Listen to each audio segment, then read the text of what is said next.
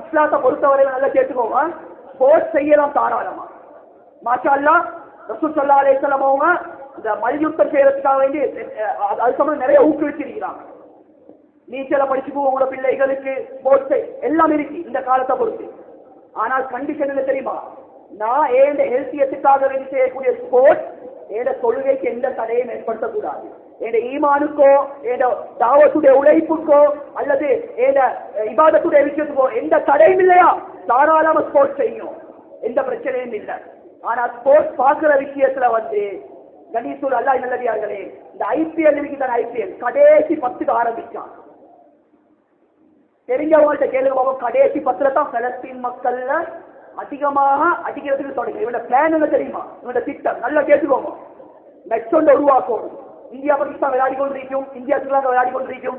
என்னோட வழியில உசுர கொடுக்குற மாதிரி சிந்தனை எல்லாம் யாரு வெட்டுவா யாரு அடிப்பான்னு சொல்லி இதைத்தான் பார்த்து கொண்டிருப்பான். எங்கட சிந்தனை இந்த சைடுக்கு திருப்பி முஸ்லிம்களை துவா செய்ய விடாம, ஏதாவது துவாவுக்கு பயம். முஸ்லிம்கள் கையேந்தினாங்கன்னு சொன்னால் எங்களுக்கு அடிக்கலாம். முஸ்லிம்களோட சிந்தனை இந்த சைடுக்கு திருப்பி அவன் அடிப்பான். எண்ணிக்கை எடுத்து பாருங்க, கடைசி 10 எப்ப ஐபிஎல் ஆரம்பிக்கப்பட்டுச்சோ அந்த நேரத்துல தான் பலஸ்தீன்ல இன்சிடென்ட் கூடிய. இது பெரிய பிளான். இன்னைக்கு என்னோட பொடிய மக்களும் சில தீண்டாரியலும் தான் அடிமையாக இருக்கிறாங்க. கண்ணியத்துக்குரிய அல்லாஹ் நல்லடியார்களே, இந்த கிரிக்கெட் மேட்சுக்கு ஐபிஎலுக்கு ஸ்பான்சர் பண்றது யாரு தெரியுமா? இன்வெஸ்ட்மெண்ட் பண்றது ஸ்பான்சர் ஆகிறது Nestamol, Nestle, Ghogha Cola, Pepsi, இந்த கம்பெனிகள் தான். இதெல்லாம் யூதர்களுடைய கம்பெனிகள். இவன் புதுசு இன்வெஸ்ட்மெண்ட் பண்றான், நாங்களும் என்ன செய்யறோம், அதை வச்ச உட்கார்ந்து பலஸ்தீன் மக்களை பத்தி ஒரு கவலை இல்லாம அவனுக்கு நாங்க வக்காலத்து வாங்கி கொண்டிருக்கிறோம். இது சரியா பிழையா, கூடுமா கூடாது நான் பத்துவா தரல, உங்களோட மனசாட்சியில கேட்டுருவோம். யூதனுக்கு நான் துணை போகலாமா?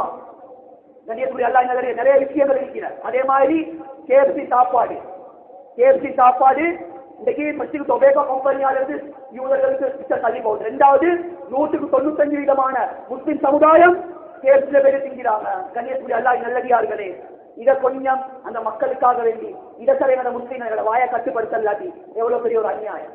இதை சரி எங்களுக்கு செய்ய இயலாட்டி இன்னமல் மூமினுடைய குர்ஆன் அல்லாஹ் தந்த மூமின்கள் சொல்லக்கூடிய உங்களோட சகோதரர்கள், இந்த சகோதரத்துவம் எங்க போச்சு?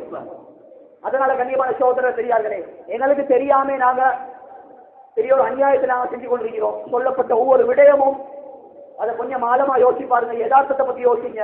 இப்படி பேசுறாருன்னு சொல்லி யோசிக்க வானம்.